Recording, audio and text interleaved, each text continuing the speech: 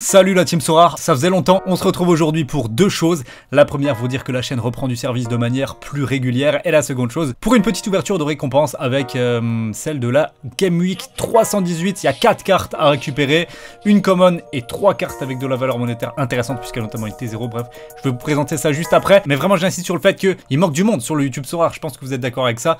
Je me suis dit pourquoi pas moi. J'ai envie de faire 2 vidéos par semaine, une le mardi mercredi et une le vendredi samedi, bref vous aurez compris, au moment de l'ouverture des rewards pour ouvrir les récompenses ensemble et vous présenter rapidement mes équipes pour la prochaine Game Week. C'est divertissant pour vous je pense et au moins ça me permet de partager ce que je fais sur le jeu. Ceux qui veulent échanger davantage avec moi, voir ce que je fais un petit peu plus régulièrement que 2 fois par semaine, eh bien je vais faire ça sur Twitter, je vous mets le lien en description directement. Sans plus attendre, je vais vous montrer sur Sword Data ce qui s'est passé pour moi donc du 28 octobre au 1er novembre. Vous voyez ce qu'on a à ouvrir, une T0, une T2 et une T3. La T0 c'est la All-Star et honnêtement c'est l'équipe sur laquelle j'avais le moins d'ambition très clairement. Il y avait le Barça sur la pelouse de Valence qui s'impose 1-0, donc le clean sheet de Ter Stegen, Pedri comme d'habitude qui fait un score monstrueux et le but de Lewandowski dans le temps additionnel qui me met clairement bien, sinon c'était pas la T0, c'était peut-être une T1. Donc beaucoup de chance sur ce résultat là, tout a tourné en ma faveur, comme le 99.1 de Sadio Mané. Bon ça c'était un petit peu plus évident à domicile contre Mayence, je l'avais mis capitaine, du coup il a fait largement le taf, 2 passes décisives, 1 but, il a été monstrueux Sadio Mané. Et Schlotterbeck, là aussi beaucoup de chance, je vous mets l'extrait de son sauvetage sur la ligne qui lui a valu un score décisif. Vraiment énorme le sauvetage, mais du coup ça lui donne un 74 alors que le match-up pour moi il était compliqué sur la pelouse de Francfort, je l'avais mis parce que c'est Schlotterbeck, voilà.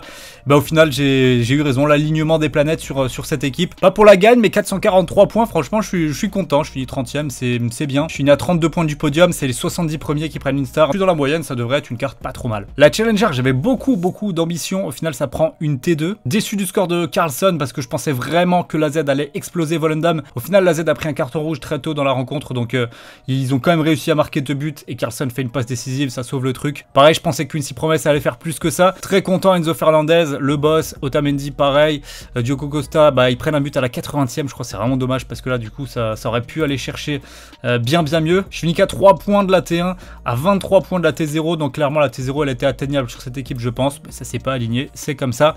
La Championne Europe, alors là que dire, l'Atlético qui prend 3 buts contre Cadiz, ok, Benjamin Pavard sur le banc, Moussiala je l'aime bien mais franchement les scores il faut penser être un petit peu plus impactant que ça mon garçon. Neymar 100 normal classique et le petit but de Vinicius ça fait le taf mais ça n'ira pas chercher de reward, 325 points seulement. Les spécialistes, dommage, il y avait vraiment un truc à faire. La U23 c'est là où j'ai beaucoup de regrets parce que c'était la line-up où je m'étais dit allez celle-là elle va faire mal. Donnarumma prend 3 buts contre 3, bon d'accord.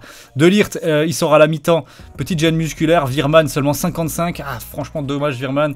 Gakpo le boss comme d'habitude et Mbappé toujours présent également. Il a manqué quasiment la moitié de l'équipe quand même, donc ça fait beaucoup. On va pas parler davantage, on va aller voir les rewards. Franchement je suis impatient de voir ce que j'ai gagné en star. On va ouvrir la petite common, c'est une T1 quand même, c'est sympa, c'est toujours intéressant. Si vous avez des line-up common, faites-le, c'est kiffant. Là on va chercher un joueur japonais, Taniguchi, que j'adore. Taniguchi c'est l'un des rares joueurs asiatiques que j'ai en carte limited. On va aller chercher la T3, on va ouvrir la star à la fin. T3 U23, donc T3 U23 ça peut toujours être intéressant.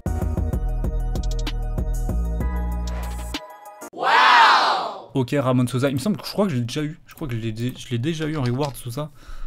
Ramon Sosa, ça vaut 9 euros, un petit peu moins de 10 euros. Ouais, non, allez, ça vaut moins, ça vaut 5 balles. 5 balles, Ramon Sosa. Et niveau scoring, bon, c'est un 23 effectivement. Niveau scoring, c'est vraiment pas ouf, donc je vais pas le garder. On part sur la T2, allez, sur une Challenger Europe. Moi, j'ai pas trop d'espérance. Pays-Bas, un gardien des Pays-Bas. Le gardien de Groningen, parfait. Michael Verips. Ça, c'est plutôt une belle surprise. Alors, c'est un gardien.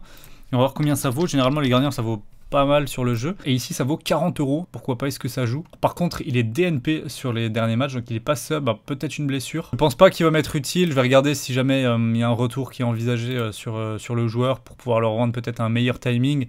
Voilà, mais dans tous les cas, bon, ok, ça vaut pas plus de 140 euros, donc je pense que je vais revendre. Mais sympa, pour une T2, cool, très cool. Et on termine avec la star. Allez, j'espère un joueur intéressant, un joueur que je peux utiliser d'Europe, ce serait cool. Zomer. Excellent, Yann Zomer. Yann Sommer, c'est excellent, parfait. Juste avant la Coupe du Monde, en plus, le gardien suisse qui est titulaire dans les buts de la Nati. Ah, franchement, ça régale. Là, vraiment, ça régale. Sommer, je sais pas combien ça vaut, mais en tout cas, je suis content du joueur. C'est quelqu'un que je vais pouvoir utiliser. Ça vaut 164 €, peut-être même un petit peu plus pendant la période de la Coupe du Monde. Il est blessé. Ok, d'accord. Ça, j'avais pas vu. Il est blessé depuis 2 matchs, j'espère que c'est pas pour très longtemps. En tout cas, c'est quand même un gardien déjà que j'adore en termes de score. Le mec, il a fait un début de saison de folie. Regardez là les scores. Il avait fait des arrêts, il avait écuré les attaquants, il était bouillant. Gardien que j'aime beaucoup. Bon, il a 33 ans, mais franchement, bah, c'est une belle reward. Très satisfait de cette reward. On prend 2 gardiens au final. Ça fait une petite game week à 200 € de gain. C'est cool. Pour la prochaine, j'ai aligné pas mal d'équipes. Bon, le underdog, c'est la poubelle. Spécialiste, c'est un petit peu poubelle aussi. Hein. Kamavinga, je pense pas que ça va jouer. Sesko, il est nul. La Challenger, pourquoi pas, la championne Europe, pourquoi pas aussi. Ça va être compliqué, je pense, pas mal d'attentes sur la U23. À voir si Schlotterbeck il joue vraiment, j'ai un petit doute là-dessus, mais sur le reste de la Roma, Vitinha, Mbappé, Carlson, c'est propre et la All-Star. J'aime bien aussi à voir si Gakpo joue vraiment, si Moussiala joue vraiment. Mais si tout le monde est titulaire, ça peut donner quelque chose de sympa. On va voir. En tout cas, on se donne rendez-vous donc vendredi pour la prochaine vidéo. J'espère que vous avez kiffé. Si c'est le cas, bah, abonnez-vous parce qu'on va enchaîner, likez. Et moi, je vous souhaite à toutes et à tous une belle Game Week. À très vite. Ciao, ciao.